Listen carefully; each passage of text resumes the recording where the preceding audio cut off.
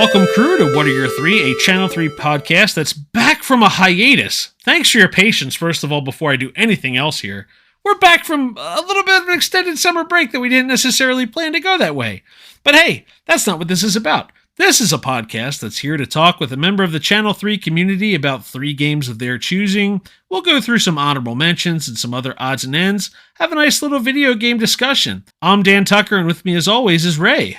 Hey everybody, today's guest is a holder of one of the rarest taglines. Actually, one of 5 people who holds the goose egg tagline for somehow hitting a target at 0 pixels, which when Joel made the game, he was not even sure that was in the program. So, and one day it happened. So our guest today, JPEG, how are you doing today? Hey, I'm good, guys. How's it going? I don't even know how I got that goose egg. A literal 1 in a million. Yep, literally 1 in a million chance, and you are one of 5 people who has it. I was and there's people trying, and there's people trying really hard. I'm trying. I know where the targets are, and I still can't do it. I was so into Enhance, and then I randomly got it, and I was like reignited my love of Target, and now I try so hard, and I'm getting nowhere on my path to get another one. This was not a good day for that target either with Mario Kart, because there's certain times where like Jedi puts together the Mario Kart targets, and this was one of those days where I'm like, oh, I know where this is. I just need to get 24 pixels. Come on! I was closer than... No, I wasn't closer than that, but like, it's one of those ones where you're like, oh, I know where this is. I remember like there was the fork in Rainbow Road. He did that, the backwards view today on the course. I'm like, I know exactly where this is. I just have to find... Nope, didn't work. I was so far off today. The hardest one is the tour ones, where it's like each lap is different, and I do not know those maps at all, like the actual image. Oh no, he loves putting the new ones in there just to screw with us all and take us down a peg. Mario Kart is very close to becoming the most chosen map on Target. Oh, it's been Fortnite forever, but I sit down and I'll count how many people do each one, and it's becoming more and more often that Mario Kart has the most. It's very close. It'll be like 35 did Mario Kart today, like 34 did Fortnite. Really? Wow. It's very close. But even when the option of doing it's all taking of them. over. Even with all of them, there's some that get done more than others. And I know I don't do them all every day either. Sometimes I don't do them all. But Kart has been slowly taking over. I think it's gonna soon is gonna be the main game actually chosen. You could sub a picture of Hogwarts Legacy on the Elden Ring map. I wouldn't know any better. I still go in there and try it anyway, just for fun, but... That's how I am with the Fortnite ones. I just guess, and sometimes I get close somehow. All right, well, let's get into your games here. We're going to start off with your first game, which you opted to take, let me try and do the math here, 33 years worth of video games. You just said the Madden series. And whatever, I'm gonna allow it. We're coming back. What do I care? We'll just do the Madden series. It's all good. So I didn't know which one specifically to choose. So I'm gonna ask, like, gun to your head, pick a year. Pick a year. We're not gonna hold you to it. Just pick a year right now. What came to mind? 2010. 2010. Interesting. Why 2010? It had Troy Polamalu and Larry Fitzgerald on the cover together. I don't know if you remember that one. I remember because that was the year the Eagles got knocked out by the Cardinals due to Andy Reid time management at the end of the NFC Championship game. So, yes, I remember that year very well. That was just such a great one. It was one I got more into than like all of the others. And probably like the last one I got really, really into. I feel like it's really dropped off in the more recent years. So when did you start with Madden? So you kind of took the franchise here, and I don't know, man. Where did this start for you? I was so young. So like my older brothers, they both had the Super Nintendo and Nintendo 64, and they would always play like the oldest Maddens. Or was it on Sega? I can't even remember. It was like 94, 95. Yep, they are all in the Channel 3 library. Those early years are in there now, but they were on Genesis before Super Nintendo. It was actually, I learned today. Oh, okay. It was like 88, 89 was PC first, which I did not know up until today. And then mine was definitely Genesis. 90. Yeah, it was. So it's funny because the Genesis one, like that's like a legendary story of Sega gambling on, or EA gambling on. They didn't have like the full specs to be able to do the Genesis, so they had to like guess where the pin was going to be. They had to put it to make the game work, and now we've got Madden everywhere. But Jeez. all right, so you're going back to I the remember olden John days. Madden was on the cover.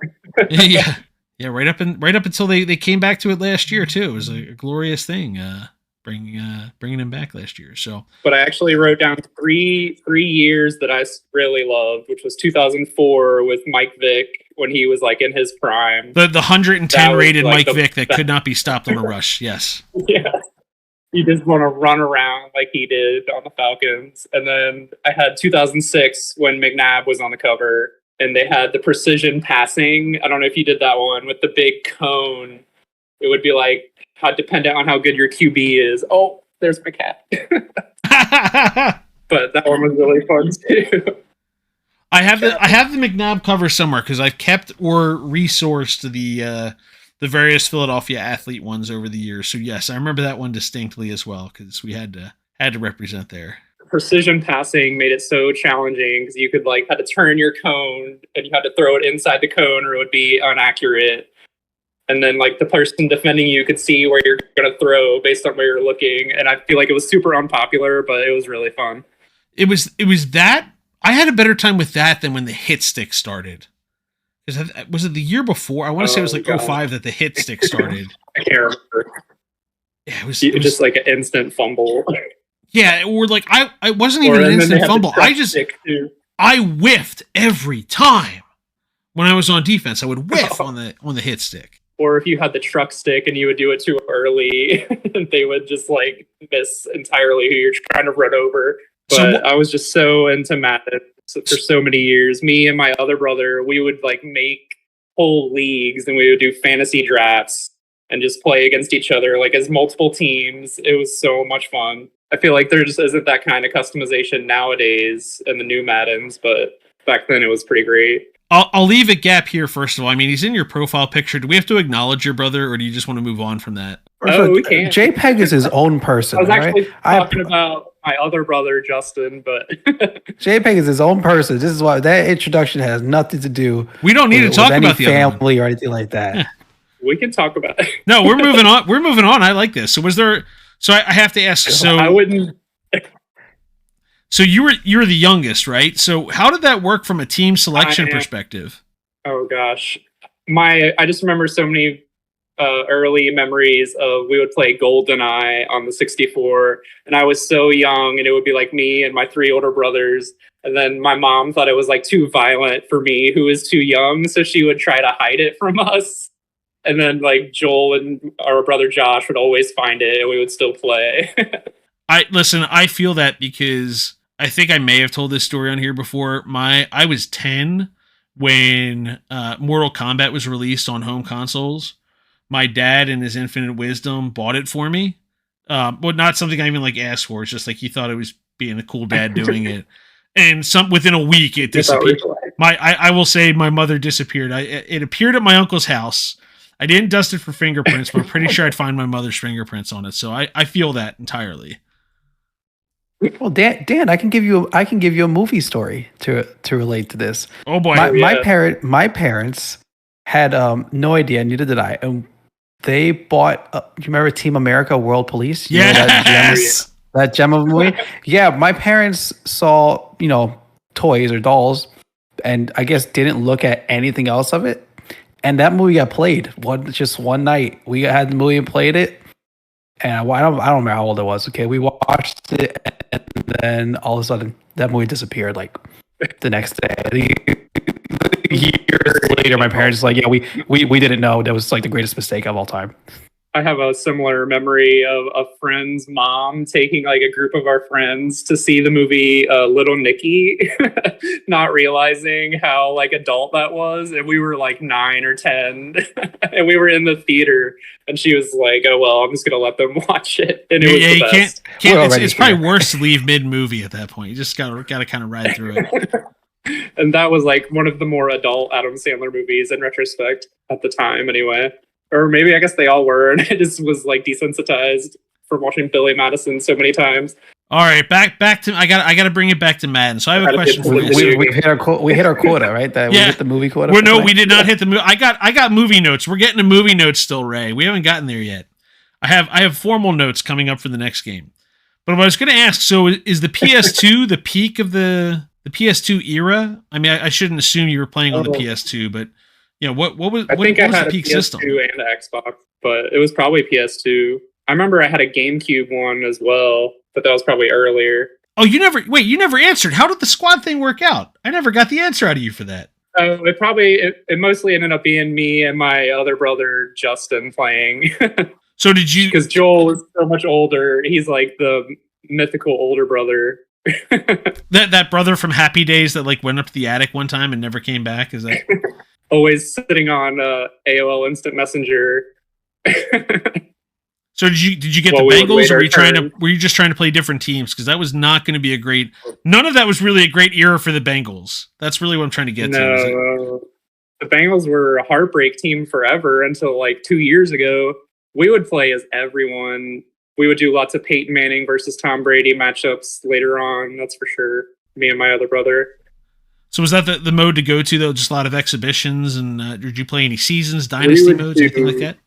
Fantasy drafts was a big thing that we would do. So we would just pick teams with the coolest jerseys and then just try and make the coolest teams we could. Half the time, that was like most of the fun, is just making these teams. Which team has the coolest jersey? Oh, man. I mean, I know I was talking bad about the Cowboys a bit ago, but they have pretty awesome uniforms, I gotta say. Well, this has been... well, thank you for coming to another episode of What Are Your Three? Executive produced by Joel. I don't do the closing, but Ray, do the closing thing now. I'm done with this. I'm out. Oh, whatever. I'm moving on to the next... I'm done with this game. Ray, do you have something else for Madden? I'm moving on to the next game. I'm done. I'm going to game 2. No, the only Madden. I'm terrible at Madden. Like I said, I'm like legendarily terrible at Madden. I think the only one I played was 2012 with I know there's a running back on the cover. I can't even tell you who he is. It's Peyton Hillis here. Oh, Peyton Hillis. That was. I think that's the only Madden I've ever played. The only reason I remember Peyton Hillis was because I had him on I picked him up on my fantasy team right before he exploded, and then he was like a shooting star that just faded immediately. He was great for my fantasy team, though. That was like the Madden curse of Madden curses, right there. Yeah. All right. That's a good way to get away from that Cowboys discussion. Let's go on to game 2, though. Let's talk about Ghost of Tsushima. So we're jumping from 35 years worth of video game series to one of the newer. I mean, I don't want to call it. I mean, a newer PlayStation staple. It's 4.6 rated on Channel 3. So I have to ask, first of all, was this a PS4 or was this a PS5 upgrade? Have you done a little bit of both? Where'd you play this one? I played on the PS4. I don't have a PS5. No, it was still beautiful because this falls into that category, and I feel like PlayStation has it more than most, where their end of generation games, like Last of Us, fell into that category. This, God of War, Last of Us 2, Spider-Man, they were all like that last 2 years of even the PS4 generation. Like they take a while to really get capitalizing on it. So I don't think the 5 is that much of an upgrade in the grand scheme of things. They really built this thing to take advantage of everything the 4 had to offer. So tell us, how did this one end up the second on your list? So it's maybe not my second favorite game of all time, but I just feel like it deserves to be talked about anyway. It's just so much fun. Like every second is so visually beautiful. And then it had this whole other like mode you could do called like the Kurosawa mode, I think is how you say it. And Exactly. It would be in black and white, like the old samurai movies. It was so cool. And I don't know, I had played The Witcher 3 a lot, and I feel like it was a really similar game, except maybe Witcher 3 was like a lot more difficult and maybe way bigger. But then I got to this one, and it was just like a little more simplified, but still like very beautiful. And I don't know, I just got way into it and beat the whole thing. So were you a completionist when you were beating it? Because this is one of those games where, like, listen, I'm working on this one. This one's been put aside until I can come back, and it's going to be on my restart list because I want to come back to the whole thing. But the thing I wanted to ask was, are you a completionist about this? Because this is one of those games that has a lot of just like chasing down every accessory off to the side. That's what I did. Yeah, I tried to get everything good. I tried to do every little spot that you had to go to. I don't know if I got like the whole 100% on the PS4 achievements or whatever, but I tried to do everything I could. That's for sure. the platinum lurks for you. Compared to That was my next question. Did you achieve the platinum or not? It probably takes a I'm new not game sure. plus playthrough or something too. That's the problem. I'll have to go back. I haven't played the PS4 in a long time now, so I can't even remember. But I definitely beat this game compared to The Witcher 3, which was great, but I didn't finish that one. Not you played 175 Hands of Gwent and called it a day in that one. Is that what happened? Oh, I did get super into Gwent. I thought about putting The Witcher 3 on this list just so I could talk about Gwent because it was so much fun. Well, I am going to detour here. So aside from the Kurosawa mode, going back to the legendary Japanese films there and mirroring the cinematography and whatnot, this one's on an upcoming project list for Ray. You familiar with the John Wick series? I'm aware of it. So Chad Stahelski is the guy who went from doing stunt work and action work with Keanu Reeves to making the 4 John Wick films with him. On his to-do list is, in fact, Ghost of Tsushima. He's got a movie on the docket amongst 100 other projects he's got in the future. So I don't know what the possibility is here, but do you think we're going to get the movie? And how do you think this is going to translate into movie form? It's basically like a movie that you're a part of. So it sounds like it could be great. I didn't realize it was going to be the John Wick guy, though. That sounds interesting. Yeah, he's got it locked in. He talked about it in kind of the post John Wick 4 press cycle, but with everything being shut down right now, mum's the word on it. So, they'll get action. Right? You saw in John Wick 4, he's ready for some sword fights. He's got the samurai swords ready to go. I think it could be a good mini-series with like 10 episodes instead of just a movie, unless they want a whole franchise again, like the John Wick thing. Yeah, I think they need time to flesh it out. That's what my concern would be. I think we've had a point. We've had a point now where people who play video games have grown up, and so now these people who play video games and are making TV shows and are making movies are saying, well, we don't have to. You don't have to just take the characters and make a new movie. We really just have to make the game because the story writers of video games are really good at their job. So let's just take that and do it again. So I think you're going to get better video game TV shows and better video game movies going forward. For sure. Imagine like a Zelda show or a Red Dead Redemption show. Would that be cool? I think it would. Join us on the Bucket and Hoosier Show, the podcast that's all about community and competitive Rocket League. If you're new to Rocket League, it's a high-flying, fast-paced game that combines soccer with rocket-powered cars. It's a game that's easy to pick up, but difficult to master. And that's where our guests come in. We're talking about the best of the best in the Rocket League community to learn about their journeys, strategies, and tips for success. Whether you're a seasoned pro or just starting out, we've got something for everyone. So sit back, relax, and join us as we explore the exciting world of competitive Rocket League. Join us live Monday evenings at twitch.tv/Bucket and Hoosier and follow us on Apple Podcasts, Spotify, and Google Podcasts to catch past episodes. Be sure to hit the follow and notification button so you know when new content has been posted. So we move on. Game number 3, which is written here as favorite game ever. I had that note written down here. Mario Kart 8. Of course Mario Kart 8. We have to. So, okay, why is it your favorite game ever? Let's just start very general. Oh, man. I don't even know. I got so much to talk about. I mean, it's just my favorite currently, at least. It's definitely the one I have put the most hours into, for sure. And I wouldn't be a part of Channel 3 or any of this without it. Just the random invite from Joel on Facebook to join the Dad Gaming, and then just being so bad when I started and then trying to get so much better. It's been like an insane journey. And then just meeting all the people through the community has been insane. I can't even begin. So is Mario Kart 8, is that your first Mario Kart game, or have you played them growing up? I definitely started with like Super Mario Kart when I was really young, and then it was Mario 64 or Mario Kart 64 for sure. I played a lot, and I didn't play as much Double Dash, but I did play it some. And then I dropped off on video games for a while there, and I never had a Wii, so I don't know much about Mario Kart Wii. And then just getting back into it with the Dad Gaming just reignited it all. So what's the favorite build and character currently? Because with these DLCs, it's changing every couple months now. Which is really awesome. So for the longest time, I always used the Bitty Buggy because that was like the best, at least what I thought. And then one time I was just getting smoked by the American Rad Dad, and he was an inward drifter, and he was always on these bikes, and I was like, what the heck, this guy is awesome. And I was like at my best, I thought. So I was like, I'm gonna try and change it up. And I got so into this inward drifting, and I started beating all of my Bitty Buggy time trials. So now I'm like so dedicated to the Yoshi bike and Yoshi. So Yoshi on Yoshi.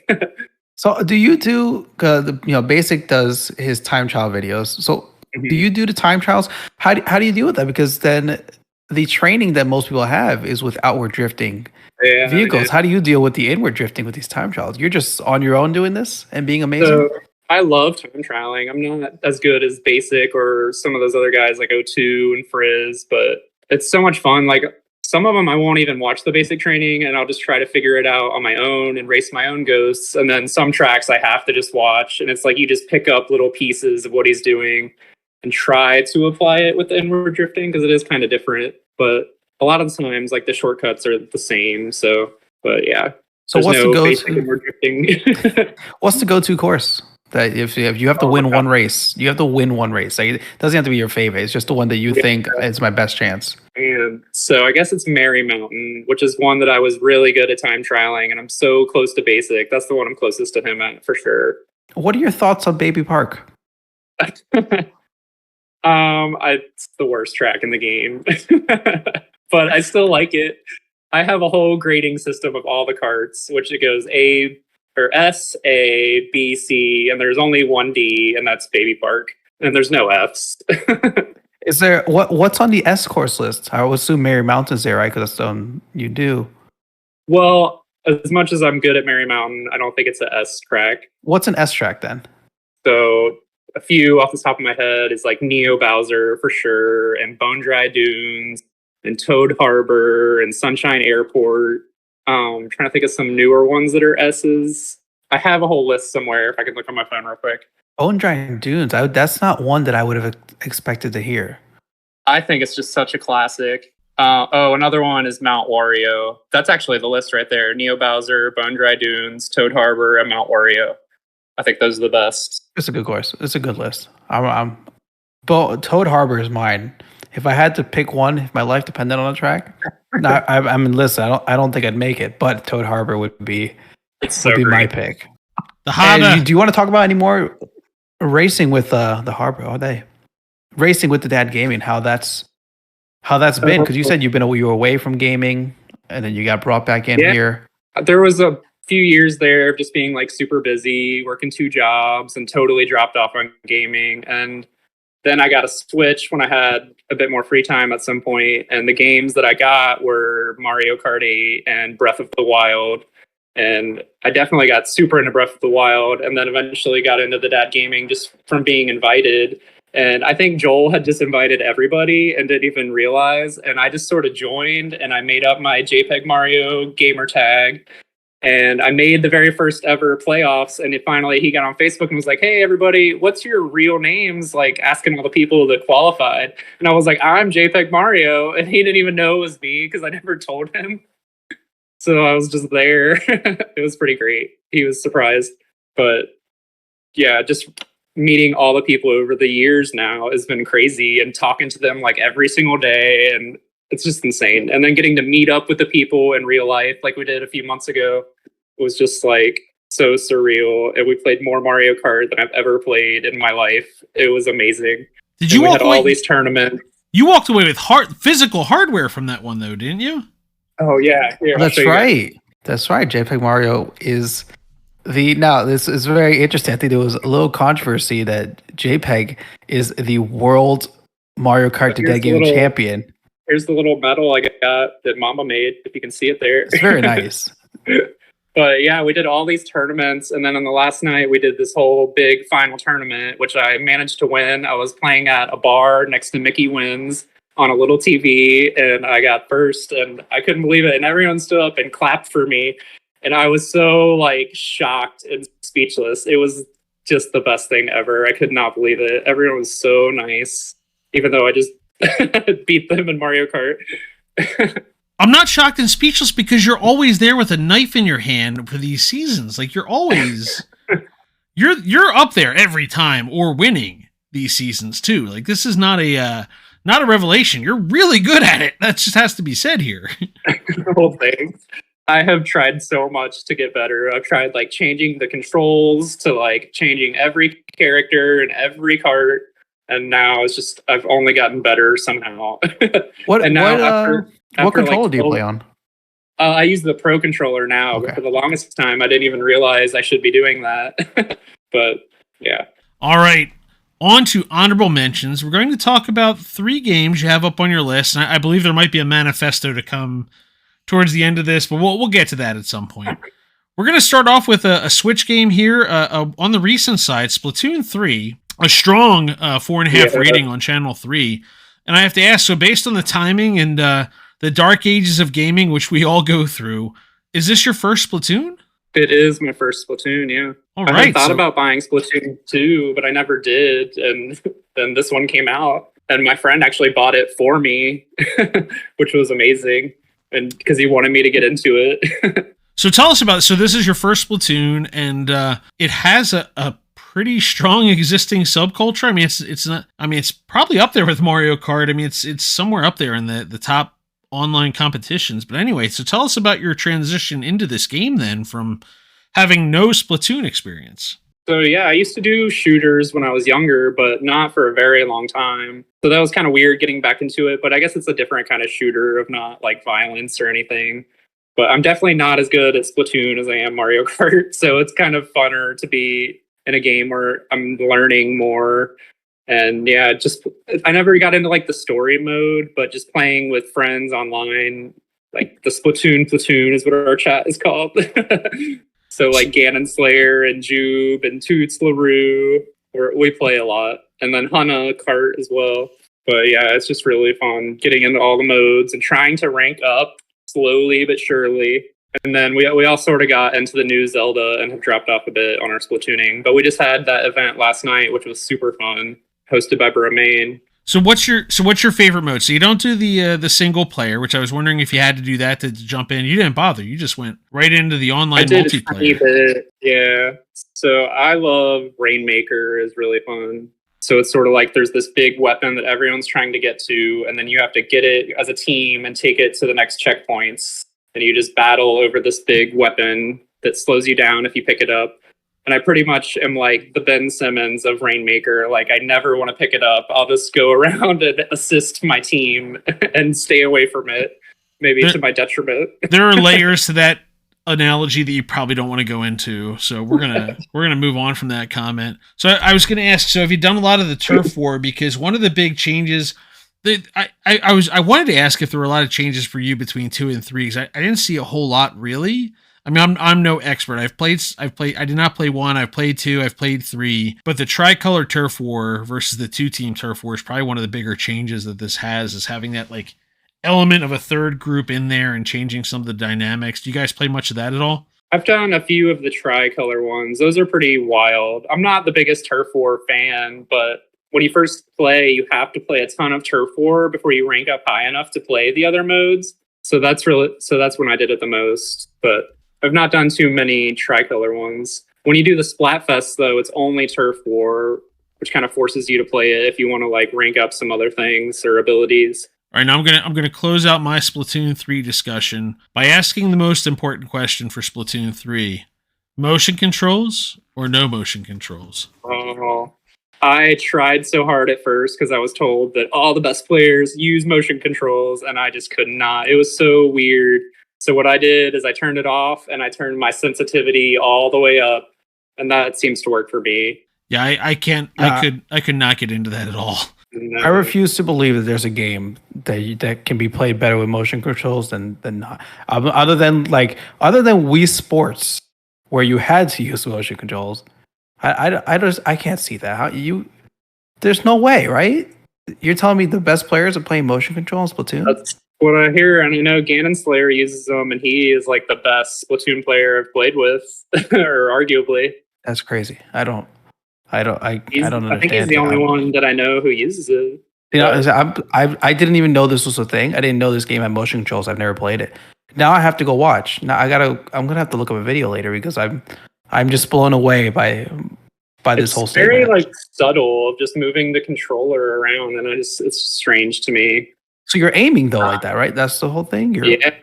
Well, I mean, you can use your joystick too, but I don't know. Apparently, to be better and quicker, you have to get into that, and I gave up. This is crazy. It's too much movement for me. That's my problem. Like, yes, Yeah. you can be really quick, but like I can't. And especially if you're not playing handheld and you're trying to play on the TV, it gets even weirder trying to do Oh, that. I can't play that game handheld at all. I was saying there's too many there's too many colors. Like that's my problem. When games have too many bright colors, I can't put it on handheld because I can't see anything. It is a crazy, hectic game too. All right, so we move on. Next game, honorable mention, is Skyrim. Now, Skyrim released in 2011, but at this point, they just keep releasing it one time after another on every system possible. So we have to start with when and where did you play Skyrim? Oh man, it must have been an Xbox 360, I Okay, think. And it would have that would be the first one, yeah. It would have The been actual. in 2012, around that time. Mhm. I just remember when I first learned about Skyrim, I had never even heard of Elder Scrolls. And it was like I was over at my friend's house, and his older brother and his friend had got this game, and they were just like constantly playing it. And it was like, I'm not one to like sit and watch people play games. Like, I want to play the game. But this one was like, we were just sitting there watching forever. And I was just so like into just watching this game. And I just have this vivid memory of there's this band, Animal Collective, and my friend, we got super into this band right when we were watching this game, and it's just like burned in my memory of listening to this crazy music and watching him play Skyrim. And I was like, I have to buy this game, and I totally did. I never beat it like all the way through, but I played it so many times and tried and started over so many times, trying all the races. And it was just like unlike anything I'd ever played. Like I was never into RPGs. Maybe like adventure games, but not like this. Like it was just so one of a kind at that time to me. I was gonna ask because you have Ghost of Tsushima, you have this, and we're gonna talk about Legend of Zelda. Is like the open world concept something that you enjoy, or these just happen to be one-offs that just happen to be great games? I guess so, yeah. Maybe it is like a one-off thing. I mean, Ghost of Tsushima feels not quite open in this way. But Breath of the Wild is a little closer. Mm-hmm. I don't know. Skyrim is one that I definitely bought over multiple systems too. I definitely bought it for the Switch and tried to get into it there too. Which maybe not good. Does it play well on the Switch? I never know. I guess it's old enough that it should play just kind of normally on the Switch, right? It was the same to me as like the Xbox 360, which I know is dated now. I never got into like Elder Scrolls Online though, or any of like the mods and stuff. I never got into that. I was gonna say I didn't know about this series either until I had Skyrim. That was the only one I had. Didn't know any of these games happened. I don't think I beat it either because I would get distracted and trapped in a cave somewhere, and then I would just stop, and then I wouldn't know what to do anymore because it took so long before I turned it back on. Did you any race that you enjoyed using more than another, or like a class? Did you like sneaking around or just kind of using magic? So I always wanted to use magic, and so I would try like the dark elf and the high elf. I remember I had two that I went pretty far with that were elves, and I would always go to the, what was it, Whiterun, or is that what it was called? Where you would go and learn all the magic stuff. Mm-hmm. That was always what I wanted to do first for whatever reason. It just seemed so cool to me.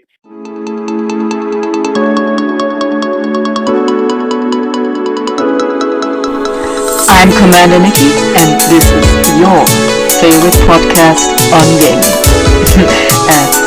At least, I hope so. Hello, and welcome to the trailer of Nikki's Gaming Universe, the show where I, Nikki, will talk about all things gaming. Things such as different genres, soundtracks, music, art. Are video games art? Yes, they are. That's not up for debate. I will talk about my favorite games, gaming moments, gaming movies and shows, also different kinds of gaming media in general. From action-adventure games to zen-like casual games. Just everything I want to talk about when it comes to gaming. So get your controllers and keyboards or whatever you want to use to play ready and enjoy the show. All right, so we move on to the last game on this as well, at least the last mentioned game, and then I know we're gonna run through some more here. If you want, Legend of Zelda: Breath of the Wild. So Yeah. the first question has to be: have you played Tears of the Kingdom? I have, yeah. All right, But I've not beaten it. Or so is this I've more not- just you haven't played enough of Tears that Breath of the Wild is still taking over, or have you felt like Breath of the Wild was like? Did you enjoy that one more than you've been enjoying Tears of the Kingdom? So I think maybe I enjoyed Breath of the Wild more. But like I said, I was at that time where I hadn't played games in a while, really. And then I get Breath of the Wild, and that was like, oh my gosh, this game is incredible. And I was playing it all the time. And it was just like, it got me back into gaming pretty much. I mean, before Mario Kart. So, Tears of the Kingdom is amazing, but it just doesn't have the same, like, I mean, it's like a very similar game, but I just couldn't get as super into it as the way Breath of the Wild was. I mean, maybe I need to try more, but I've put like 80 hours in the Tears of the Kingdom at this point. Have you played other Legend of Zelda games before this, or was this your first one? So when I was a kid, I played Ocarina of Time for the 64, or maybe watched my older brother play a lot. But that game, I used to think of that as like the greatest game of all time until like I got older and played Breath of the Wild, I guess. And I played Wind Waker a little bit, but I never got super far into that one.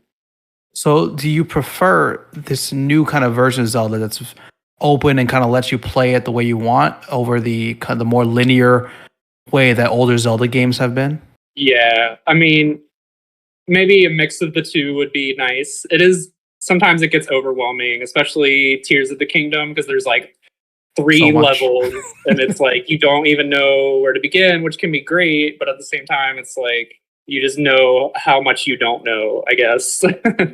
What so when you're playing Breath of the Wild, what would be the feature that sidetracked you the most from the storyline? Oh gosh, trying to find shrines. I mean, is that part of not the storyline? No, yeah, definitely. You I wanted you can play all the the story shrines. without shrines. And then I definitely got really sidetracked. What was it? Eventide Island, where you lose all of your yep. equipment. I spent so much time trying to figure out how to beat that, and eventually I just gave up and had to come back way, way later after like looking it up online, which I try not to do, but you definitely have to do that sometimes. I think. Yes, when these big open ones where it's like, yeah, and if you forget this one, you needed to stand here when the sun was facing a certain direction. It's like, how Yeah. was I supposed to know all those? How did you figure out all those things? And there's no way. Someone had to tell you. Like, I can't. It's pretty insane, some of those shrines. Right. And it blows my mind with Tears of the Kingdom. Like, people had all these answers already on there. Like, I'm Googling things right off the bat, and it's like, here's every single thing you need to know somehow. Absolutely wild. Yes. All right, so I know you wanted to talk. So we finished kind of our honorable mentions, but before we get to the future, I know you had some games you kind of just wanted to list off and make sure we mentioned. What are those games you wanted to talk about? What was the reason you wanted to talk about them all? Just because I had so many honorable mentions, and I was like, I don't know which ones to choose or which ones mean the most. So I'll just read through a few, which was, I think I mentioned The Witcher 3, and then Red Dead Redemption 2 was one that I really loved. And then Assassin's Creed 2 specifically, Yes. that whole Ezio storyline, that one was amazing. And then I did the Madden franchise, but like the 2K basketball games, those were really great too. I definitely was obsessed with those. And then Tony Hawk, like all those games were great. And then another one, which I wanted to do, but I didn't even know what to talk about with this one, was SSX3. Remember that one, the snowboarding game? Yeah. That was incredible. But it's like, it was so long ago. I was like, I don't even remember anything to talk about with that game, but I just remember loving it so much.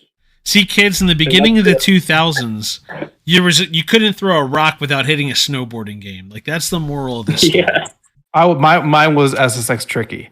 That was a great one too. that was the one I played. The indoor park that was still full of snow. You just kind of grind all the rails, and you could end up not finishing it. Those games are cool. I can't believe they haven't made like a new generation of those games on We need a new Switch. snowboarding. We need a new tricky snowboarding game for sure. All All right.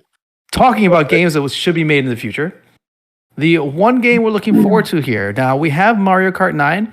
I think Nintendo looks at Mario Kart Tour as their 9. Maybe one day they'll say 9. Maybe they'll call it 10.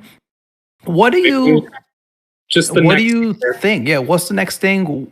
What would you expect in the next like console Mario Kart game? So I thought about this some. It's more of like things I want that I wish they would do, which is just like customization. I want to be able to like customize all the carts, like colors that I want, or customize characters more, or like create a cart, or like course creator. That could be a really cool thing, I think. It's just I want to race F1 tracks, but on Mario Kart, if that's not weird. And then another one I thought of was they should make computers like impossible to beat. We need like AI computers in the next Mario Kart is what I think. I love the cart builder one because now I want to build a cart and I want to have the ability to change my stats. Yeah, I want to make something really ridiculous. Like there'll be limits, right? The parts are going to do different things, but I want to have something ridiculous where my acceleration is full, but I'm also heavy. They gave us I the want to guy. slam through people. The guy's in the Mario movie. We have the con guy. The character's made and rendered. Make it happen. Yep, he's in it too. So what do you think? You know, there's more and more stories come out that the Switch 2 is going to get announced. Soon. But you know, we have Kart DLC till the end of this year. Do you think the new Kart game is would come along with the new Switch? I feel like there's just so much Mario Kart right now. I used to think that it would be with the next console, but then all the DLC came out, and now I'm not sure. I mean, I love Mario Kart 8 so much, I could just keep playing that. That would be fine. But still, I'm looking forward to the next one either way. I definitely have over 1,200 hours at this point in Mario Kart, though. How would you feel if they changed the I don't know how to say this. if they changed the mechanics of the game? You know, some games was hold the boost. You know, what if the drift worked differently? What if the weight? I always wonder that with like Super Smash Brothers. Like I can tell each game apart basically from how heavy the characters feel. Like I can tell the difference. Right? What would you be upset if they raced differently than 8 does? Because 8 feels so perfect. I wouldn't be upset because it would just be a whole new thing to explore and get into. I'm sure I would love it, and I bet you there would be all these new tracks, unless they're maybe all just tour tracks, which it sounds like there's an infinite amount of. I'm not even too into that game to say. Probably not going to get Mario Kart for a very long time. The next one. Playable Characters Podcast, funny interviews with real video game characters. Hi, I'm Calvin Cato. And I'm Brian McGinnis, and we interview video game characters on our show. We have comedians and actors come on and pretend they're a video game character for 30 minutes. We talk to them. It's all ad-libbed and improvised and always very funny. Past guests include Bowser, Ms. Pac-Man, Q*bert, Princess Peach, and Princess Daisy. Yep. You put them in a booth, and something short-circuited, and I decided that someone was taking too long in the money booth. And I hit her with a baseball bat. And thus was born Super Smash TV. Just like that. I was being raised by a family of toadstools. How is that? That seems like it might be kind of fun. It was really fun. Mario should stick to plumbing, okay? Okay, he's from what I hear, a good plumber, a terrible hero. Yeah. So, I mean, really bad. And I mean, let's not get started on his, whatever he is, friend, brother, special friend, I don't know, Luigi, whatever they're doing. Well, that's what they're saying. That's what they're saying. They're saying they're brothers because, in the Italian-American community, these people tend to not look kindly on certain relations. If you want to know what's going on in your favorite video game character's life, check us out. Playable Characters Podcast, wherever you listen to podcasts. Yes, comes out every Monday. Okay, on to a question from the Channel 3 history books that we've picked for you to discuss. This is the one that we don't give you a warning about what we're going to pick, what we're going to take from your questions you've previously answered. Tell us about your favorite Nintendo 64 game. Oh gosh, what did I choose? Did I say Super Smash Bros? You did, in fact, say that. Okay, yes. So that game was I used to always say that was the greatest game of all time until Mario Kart came out. It was just amazing. It was like I never got super into like Melee or the new Smash Bros necessarily because it was just so like overwhelming, like so many characters and all these different things, and it's like I just can't get into it. But like the 64 one was so like simplified, and there's just these little bits of characters. It was just amazing to me as a kid, and then like as I got older into like high school, just playing it like at parties with friends. It was just the best thing ever. Like everybody could play it and everyone was into it. It wasn't as competitive as like maybe Super Smash Bros. Is now. I'm not sure. I think but that was a great game.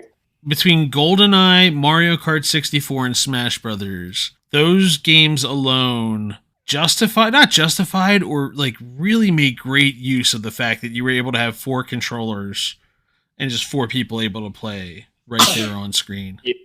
Especially that one, because it wasn't split screen. It was just like everybody can see where you're at. It was amazing. Another great 64 game is Mario 64 also, but that's my honorable mention for that one. That's true. It is the greatest video game of all time. So you are right to say that. It was very good. I am amazed always at the jump, because Super Smash Brothers on the 64 is just, for a lot of characters, it's like these basic sprites, and then they threw an outfit on top of them. And it's like they just wanted this proof of concept, because the jump from the original one to Melee is so amazing. I just can't believe it. But the game was so fun. The 64 one was just fun. I think they just needed to prove to everybody that this concept was going to be fun. And just the way you would like go through the weird story mode mission things to unlock the characters. It was so confusing to me as a kid. I was like, how do I get these characters? And I don't even think I ever completely figured it out. But it was just great. Yeah, I can't tell you today how to get all of them. You can get Jigglypuff by just playing once in a while. The other 3, I can't remember how to get them. I'm not sure I ever did. All right, so the last question we ask everybody who comes on the podcast: what has been your favorite feature on Channel 3? Well, I love the mini games, and I love how when you're on the feed, it will show you like old posts that you may have missed before. I don't know. I just love that. And I'll upvote something and then I'll be like, oh, that was actually 180 days ago. But oh, well, like I loved that. I never saw that when it was first posted. I always thought that was a really cool thing. I don't know if that was an accident or if it was by design, but I always liked it. And I love the podcast that you guys do. That's something that I never would have expected from Channel 3 when it started. And now it's like, great. I get to learn all these things and about all these games that I have no idea about. And everyone is like so smart about all these things and I'm just not. So it's great to hear what everyone has to say about these games that they love via you guys. It's been a lot of fun. I feel like people are challenging us more and more each week with the games and the conversations to come up with them. Like I'm really working hard, and I appreciate it because I'm sitting here and working hard to make sure I ask something original and not the same kind of generic questions for certain games. So it's been really fun on my end. I'm learning a lot. I'm just like enjoying having these conversations each time. I enjoy listening to them for sure. I hope I'm a worthy guest. I think it's been great. I'm sorry. Everything after the Cowboys comment got lost, so it's probably gonna be the shortest episode we've had. Video died. That's fair. And on that note, we've made it to the end of another What Are You 3 podcast. Thank you, JPEG, for being with us today. You can find the podcast at c3.gg/podcast, dropping every Wednesday morning at 3:33 a.m. Eastern on all the major platforms, including Spotify, Google Podcasts, and Apple Podcasts. I'm Ray. Dan puts it all together. And for our executive producer, Joe Willis, have a good day, everybody. Oh, that's making it on. Dan, please tell me you didn't stop recording. No, I don't stop recording. I don't. No, you got to leave it going. It's on. It's in. Let me tell you. So I read most of the sign off every time, and as I'm here looking at my computer screen, my eyes went blank and I couldn't find it. And it's the last thing written. Like Dan has it all written out. I almost panicked doing the sign off right now. I was like, when does this podcast happen? What's it called? What time? What are these apps that play podcasts? Listen, I couldn't find it anywhere. This plane has been landed considering we haven't recorded in over a month.